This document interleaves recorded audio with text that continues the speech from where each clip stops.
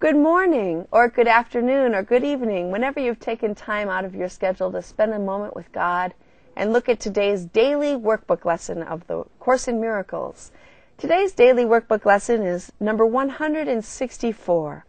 Now we are one with Him who is our source. What time but now can truth be recognized?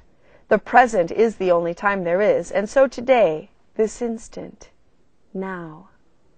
We come to look upon what is forever there, not in our sight, but in the eyes of Christ. He looks past time and sees eternity as represented there. He hears the sounds the senseless, busy world engenders, yet he hears them faintly. For beyond them all he hears the song of heaven, and the voice for God more clear, more meaningful, more near. The world fades easily away before his sight. Its sounds grow dim. A melody from far beyond the world increasingly is more and more distinct. An ancient call to which he gives an ancient answer. You will recognize them both, for they are but your answer to your Father's call to you. Christ answers for you, echoing yourself, using your voice to give his glad consent, accepting your deliverance for you. How holy is your practicing today, as Christ gives you his sight and hears for you and answers in your name the call he hears. How quiet is the time you give to spend with him beyond the world. How easily are all your seeming sins forgot and all your sorrows unremembered. On this day is grief laid by, for sights and sounds that come from nearer than the world are clear to you, who will today accept the gifts he gives. There is a silence into which the world cannot intrude. There is an ancient peace you carry in your heart and have not lost.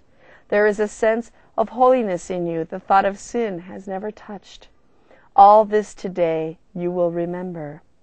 Faithfulness in practicing today will bring rewards so great and so completely different from all things you sought before that you will know that here your treasure is and here your rest. This is the day when vain imaginings part like a curtain to reveal what lies beyond them. Now is what is really there made visible, while all the shadows which appeared to hide it merely sink away. Now is the balance righted, and the scale of judgment left to him who judges truly. And in his judgment will a world unfold in perfect innocence before your eyes. Now you will see it with the eyes of Christ. Now is its transformation clear to you. Brother, this day is sacred to the world. Your vision, given you from far beyond all things within the world, looks back on them in a new light.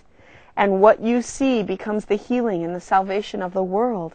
The valuable and valueless are both perceived and recognized for what they are. And what is worthy of your love receives your love, while nothing to be feared remains.